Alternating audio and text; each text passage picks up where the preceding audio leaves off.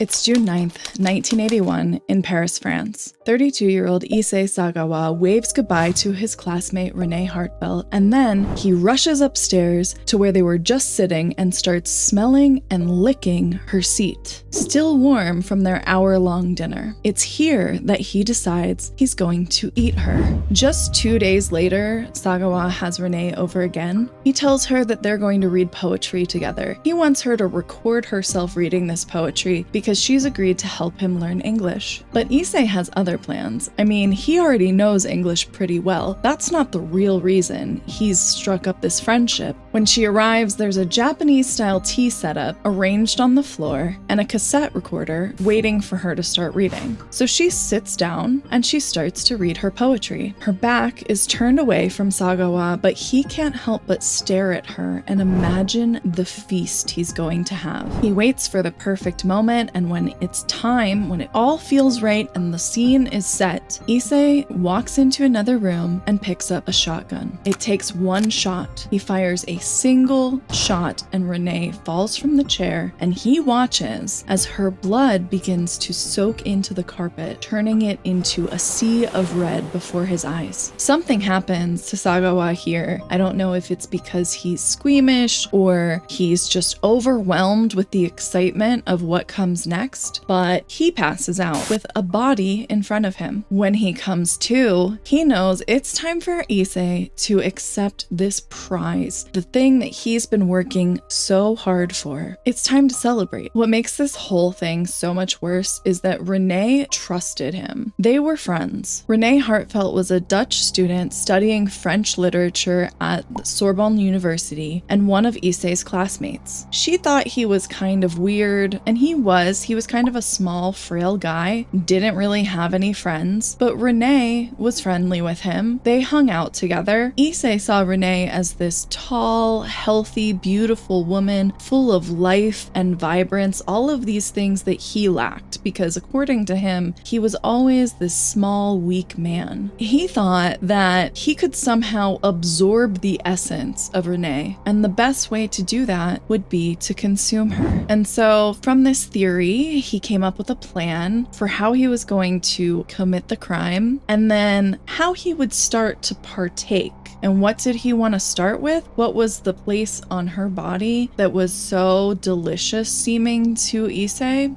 Her butt. As Renee's body lay on the floor of his apartment, Issei went in for a big bite of her left cheek, and he realized he'd made some miscalculations in his theory. Because what he didn't realize was that his teeth just were not sharp enough to break through this woman's skin and flesh and get really into the meat of it, no pun intended. So he went to the kitchen and he got a knife, and it still wasn't enough. So he left his apartment, left Renee's body there, and he went out to go to the store and buy a knife that would be strong enough to cut through what he needed to cut through. Sagawa returned with this knife, this bigger knife, this better knife, and he began to get into it. Finally able to enjoy his meal, he cut down deep and he placed a chunk of fat into his mouth. Issei later said, "It melted in my mouth like raw tuna from a sushi restaurant." Apparently, Sagawa really liked raw sushi because he kept going. He moved from the cheek to the thigh. As he went through and he progressed down this woman's body, he was taking photos to document the whole experience so he could look back on it later. Sagawa also went on to defile the body in other ways, if you catch my meaning, and then continued to eat more. At one point, he decided to season a portion generously with salt and pepper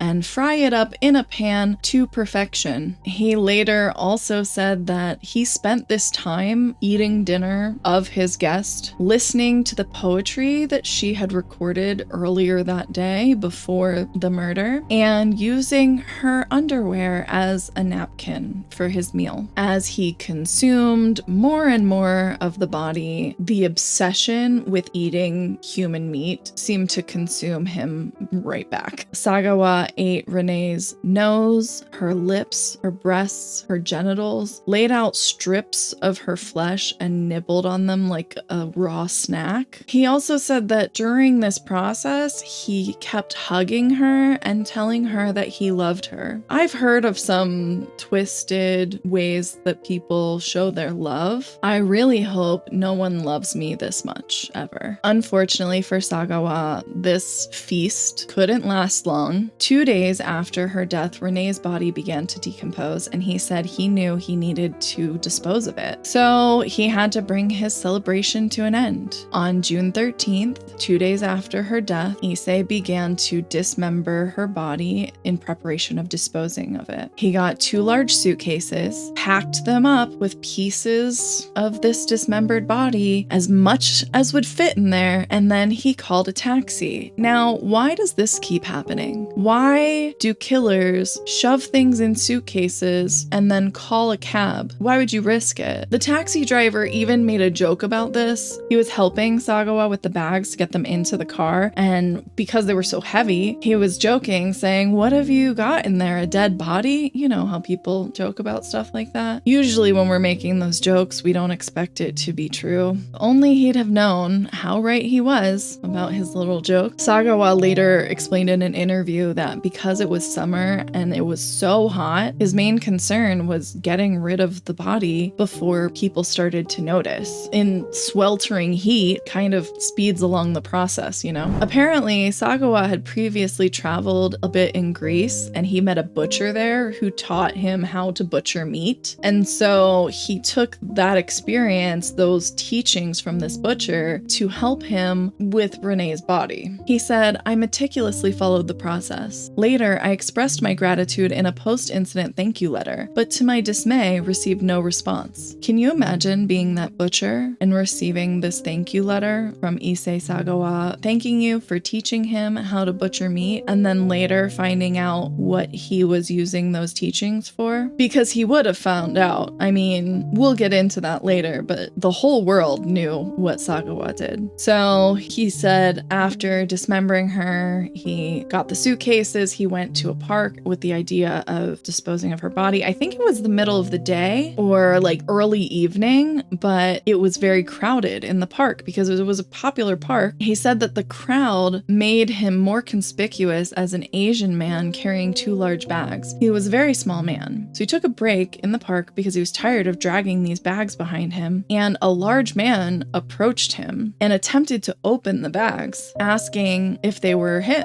And Sagawa denied that they were his bags and left. Of course, when he left, the man, who was already suspicious, opened the bags and discovered body parts. The cops were called, and despite Sagawa leaving the scene, he was caught 2 days later. I don't know if it would have been better if he would have admitted they were his bags and stopped the guy from opening them and just kept walking with them, but I also don't know what the state of the bags were. I don't know if they were like soaked with blood or if they smelled weird or what made the man so suspicious, but either way, he left them behind in the park and he went on his way and got caught.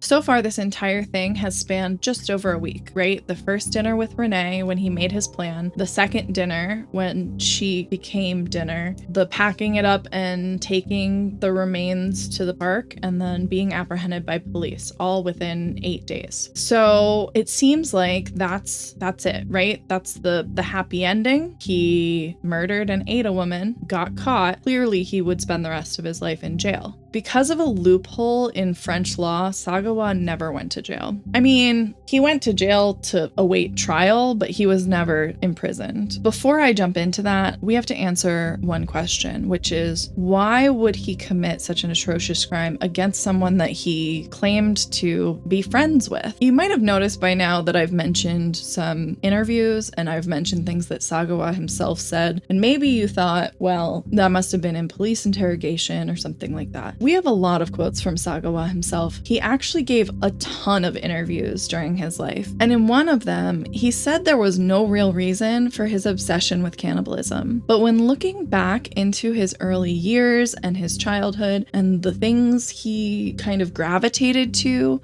you might disagree. So Issei Sagawa was born on April 26 in 1949 in Kobe, Japan. He was the eldest son of the family. His father was a businessman, and his grandfather had served as an editorial committee member for one of Japan's largest newspapers. All that to say, the family was pretty well off. They were wealthy. Issei didn't want for anything growing up, and he had a pretty privileged life. More than that, some people would maybe call him a miracle child because Issei was born extremely premature. He was sickly for a lot of his childhood, and his parents were told over and over and over again that he would likely not survive. By the time he was an adult, Issei was not even 5 feet tall, and he weighed barely 70 pounds. So might put a little bit more in perspective about why this tall, healthy woman was someone that he desired. And that kind of seemed like a theme throughout his whole life. He wanted to obtain and entertain these women who kind of represented everything he wasn't. According to him, Sagawa's parents never talked about things like sex ed or puberty, the things that you expect your parents to guide you through as a child. They were so avoidant of these kinds of subjects that when Issei did go through puberty and when he had his first erection, he was terrified. He had no idea what was happening to him. I can't imagine something like changes to your body happening so suddenly and not having any frame of reference for what's causing it or what you can do about it. And that's the thing, he didn't know what to do. His parents hadn't told him any of this. There wasn't like sex ed at the time, and he didn't know that there were ways for him to take care of this uncomfortable feeling himself. So what he did instead, well, he let the dog lick it for him. And it wasn't just him. Issei's brother, his younger brother Jun, confirmed his recounting of their childhood and how strict their parents were and how tight-lipped their parents were about things like this. And Jun went a step further to admit that he also had issues as a result, specifically of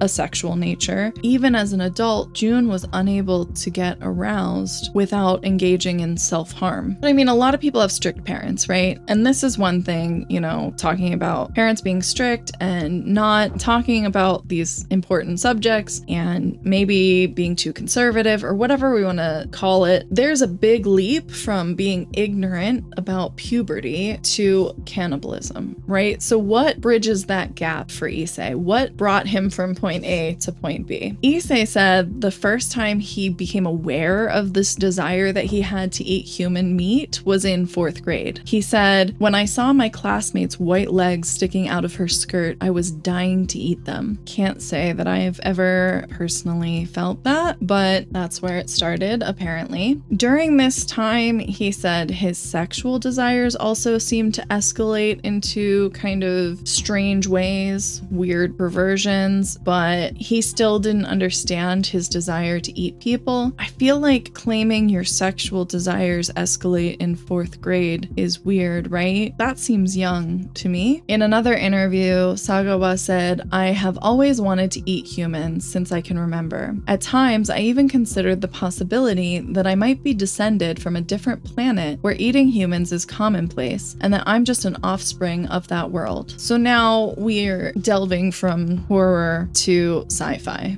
okay? So now Issei is an alien, and that's just the way he was made, I guess. Another thing Sagawa mentioned was a game he used to play with his uncle and his brother when they were little, where the uncle would pretend to be a man-eating demon and chase the brothers around the house. And Issei said that this game was one of the earliest things he can remember where he thought that eating humans was normal, like humans were intended to be eaten. But from there, these desires, these urges just seemed to grow, and that he attributes to the influence of certain novels and manga and movies, but maybe it's because he was specifically seeking out media that was related to cannibalism. I mean, it's not like he just picked up a book and oops, there's cannibalism. He was seeking out these kinds of stories on purpose. And he said that he would read and watch these same things over and over and over again until he could literally memorize the plot, the dialogue, the whole story. If you spend your entire adolescence seeking out media related to a certain subject, obviously that subject is going to have an impact on your life. I spent a lot of time playing video games, and now I play video games.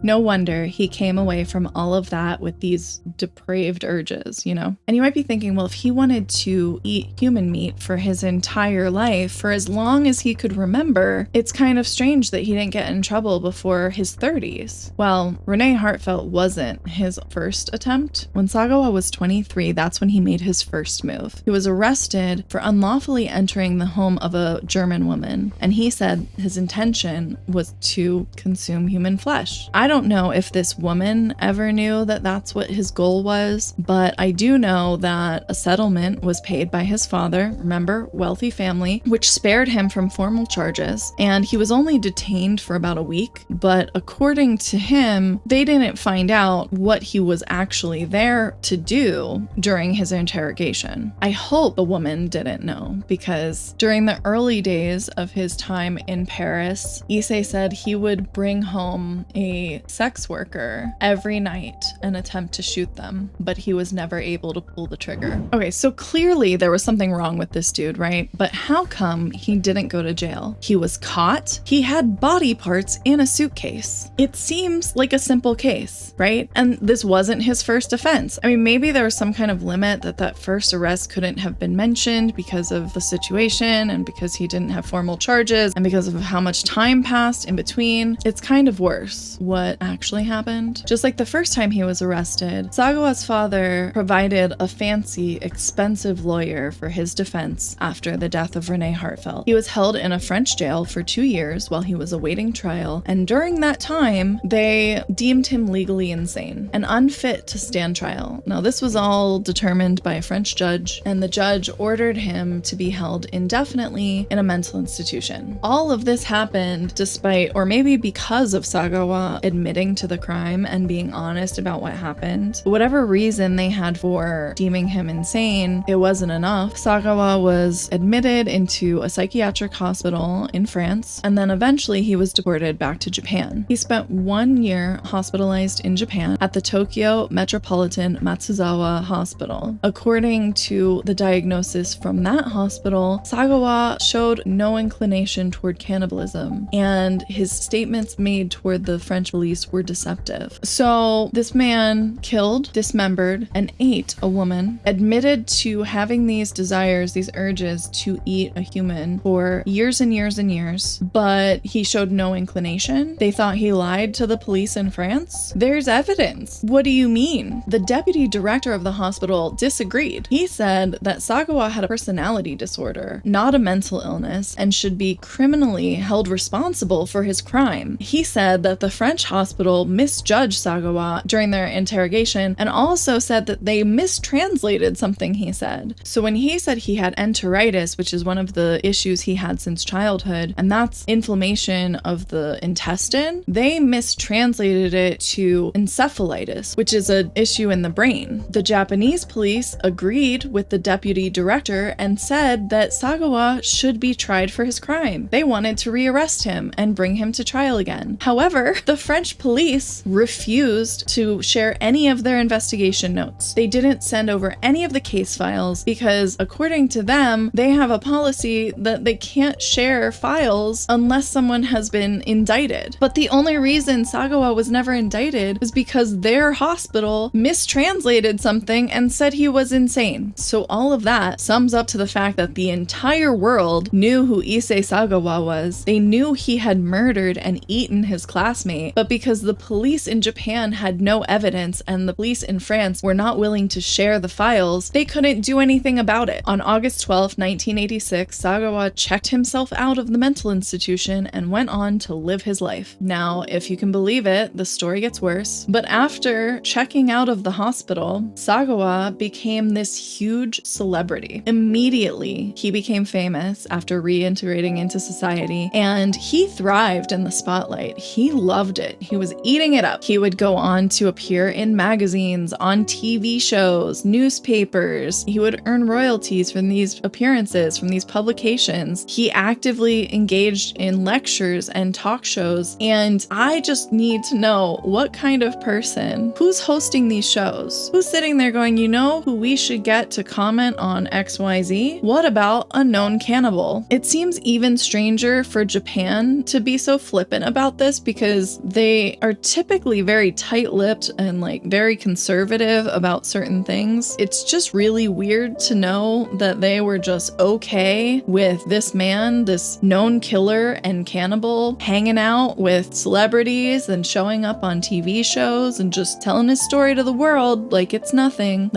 to be ashamed of. That's not all though. It wasn't just newspapers and magazines and TV shows. He also starred in many adult films, charging what would be something like $2,000 today per session. He wasn't forthcoming about his history when he did this because one of the actresses that he worked with found out later after their working relationship, and she was not happy about the whole situation, not happy to have been kept in the dark, and certainly not happy to know that she collaborated with a known killer. He also published many books, starting with a manga in the year 2000, which featured illustrations that were kind of surreal, a text that was amateur and not well received critically. It was said that the story was disturbing and evoked a sense of repulsion in its readers. And surprisingly, when you would remove the cover, like the jacket of the book, there was a photograph of his victim,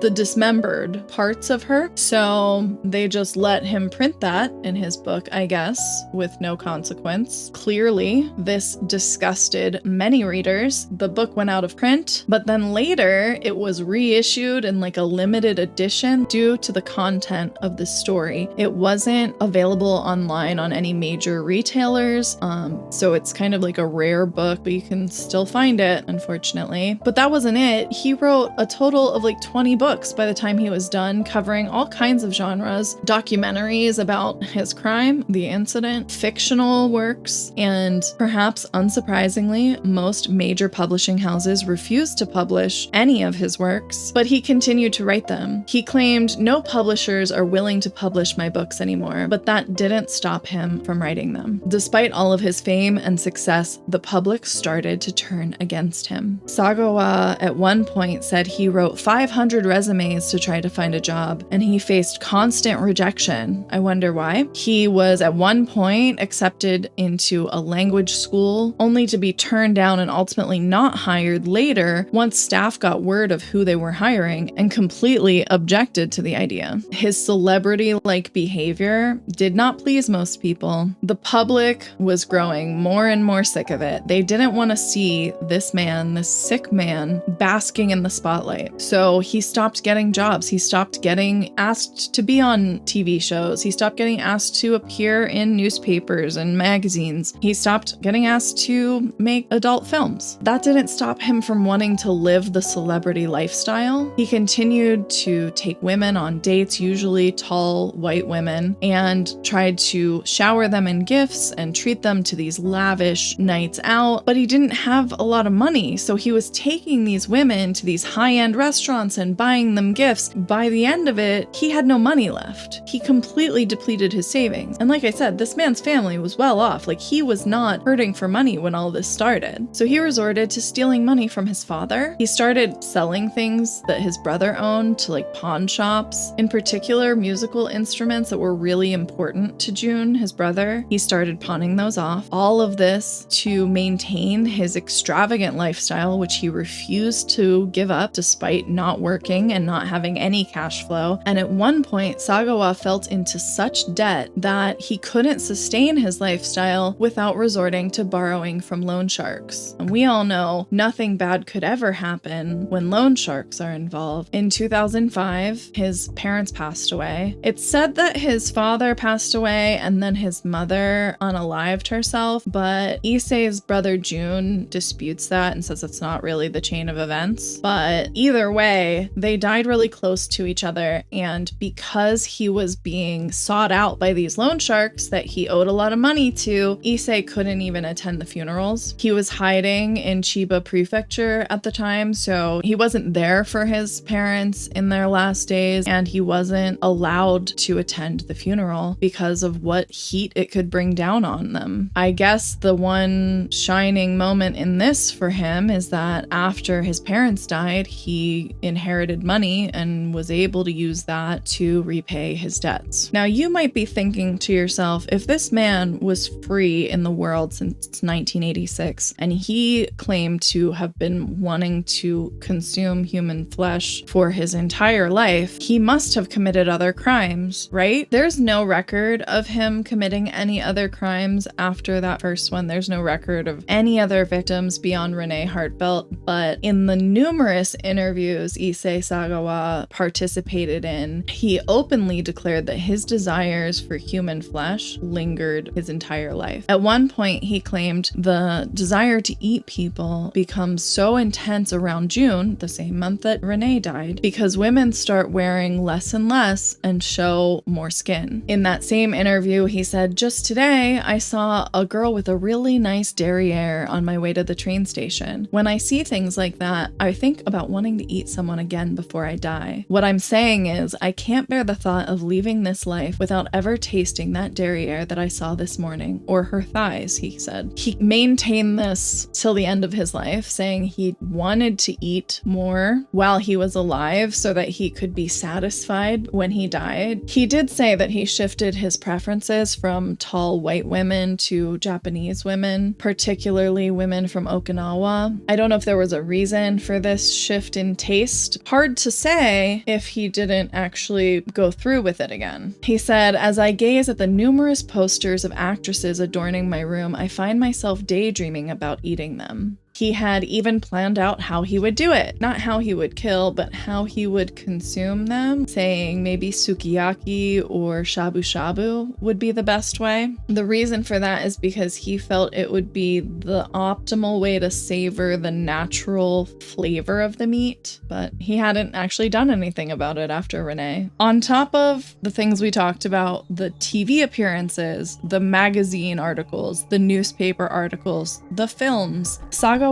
also wrote restaurant reviews. This man, known cannibal, was also a food critic for a Japanese magazine, and I just don't understand. He went on like a lecture circuit talking about his urges and his crimes and doing restaurant reviews for the magazine Spa. Most of his restaurant reviews were written for steakhouses and barbecue restaurants. Don't know about you, I personally don't think I would really want to eat at a place that was recommended by a cannibal, but that's just me. Not here to shame anyone except cannibals. Sagawa kind of disappeared from the public eye in the mid-2000s. I'm sure that was difficult for him considering how much he loved to be in the public eye. In 2013, he suffered a stroke and his brother moved in with him to take care of him because he was having a lot of trouble walking afterwards, and so he needed pretty much constant care. In 2015, a French film crew started following him around, and there's a lot of controversy about this film. It's very strangely done.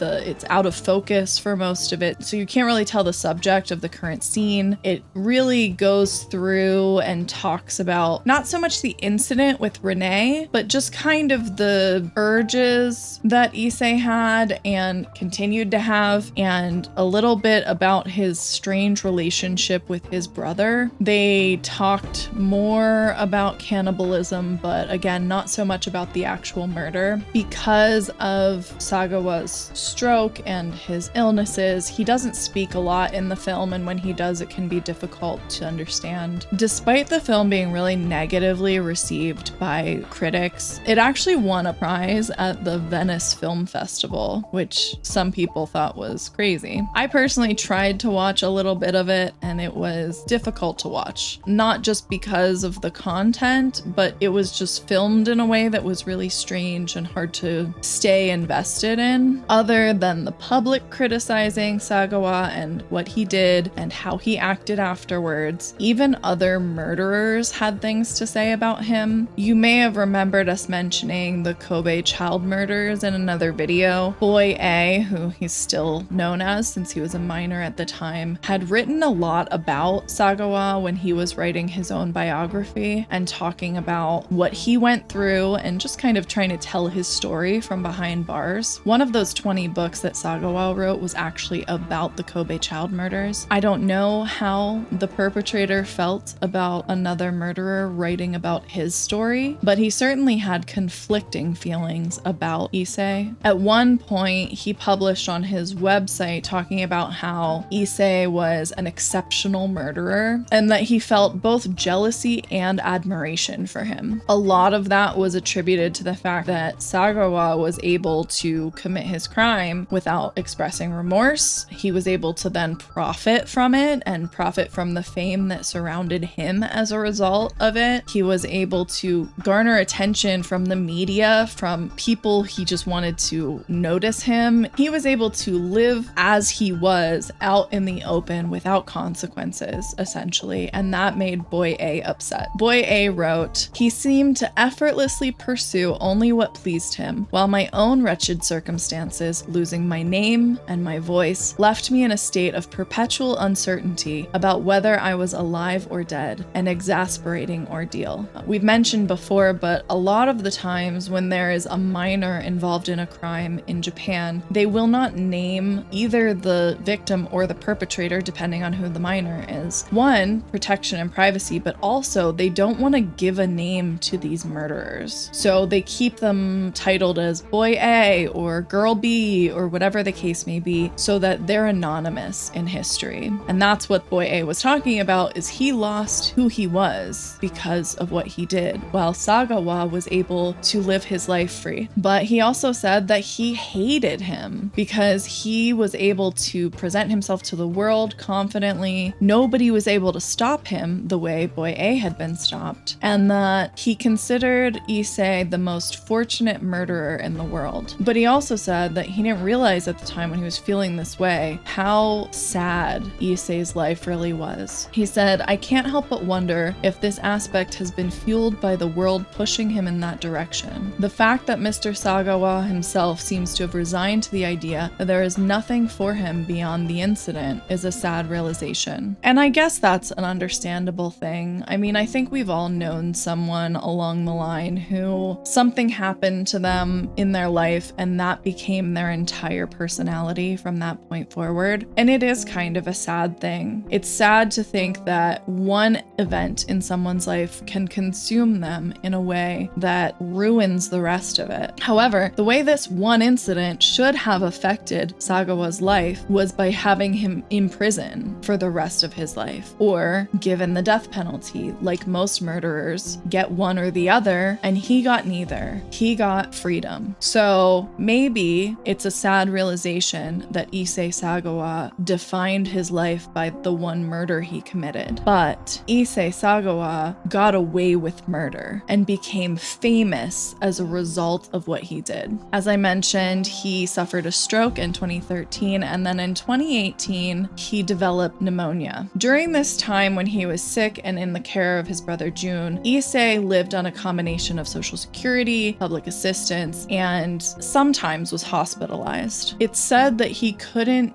even resist the urge to eat human flesh when he was undergoing gastric treatment. It left him unable to have regular meals, and he started to bite. I don't know if he was biting himself or others. At one point, Jun asked Issei, "Do you still crave human?" And Issei said, as well as he could, because it was difficult for him to speak properly after his stroke and because of all of his medical conditions. He said he was not entirely without such thoughts even after all of this. The evidence, of course, was this biting thing. Jun said there was a desire for him to eat, but he couldn't satisfy it. He said, "Before I knew it, all my brother's front teeth were broken." It's possible he bit into something out of frustration for being unable to eat what he wanted. You might wonder why his brother was so willing to take care of Issei, considering what he had done and the fact that he still expressed the urge to continue doing it. It's implied in that film that I mentioned before, the 2015 one, that maybe Jun also had the urge to eat people. But in addition, he mentioned in an interview that he and his father were very critical of Issei, but they couldn't bring themselves to abandon him. Jun said, "I thought he was a fool, but I guess neither our parents nor I had the kind of personality to force a complete estrangement from a child. Despite our disagreements, during the New Year holidays, for example, we would all gather as a family of 4. I mean, the fact that he didn't actually murder until he was 32, like, that's not a child. Maybe he just means like a family member, like his parents wouldn't abandon their child." While he was taking care of Issei, Jun said, "I don't want him to die anytime soon. That's how I feel." I think they had a kind of symbiotic relationship. I don't know what it is that Issei provided to Jun. Maybe just the comfort of there being someone who understood his own urges, who wouldn't judge him for having strange desires. If it is true that he also had cannibalistic urges, whatever the case may be, it was clear that the two relied on each other, and even that film crew highlighted how strange their relationship was. Years before he passed, Issei said in an interview, "I lost both my parents around the same time. When they passed away, I was too sad to even shed tears. While the deaths of my parents were incredibly painful and sorrowful, thinking about Renee doesn't bring me to the point of experiencing that same sadness. My emotions seem to come to a halt. I still don't understand the origin of my desires related to cannibalism. Whenever those feelings arise, I used to distract myself by masturbating, but now I have turned into impotence. I'm unsure how to manage and suppress these emotions. I find my feelings toward cannibalism intensifying, and it's making me fearful. I still don't understand why I was born. Death is the only solace I believe in. Now, it's not so much about wanting to eat, but rather wanting to be consumed. I want to die suffering, slowly torn apart alive by a beautiful woman." Issei did not get his wish. He was not consumed. He was not torn apart by a beautiful woman. He died in a hospital at the age of 73 on November 24th, 2022, due to complications from pneumonia. Anyway, there's a lot to unpack there, but I hope you enjoyed this deep dive into the world of Issei Sagawa, the murderer, cannibal celebrity. Stay safe, stay curious, and hopefully we'll see you next time. Bye.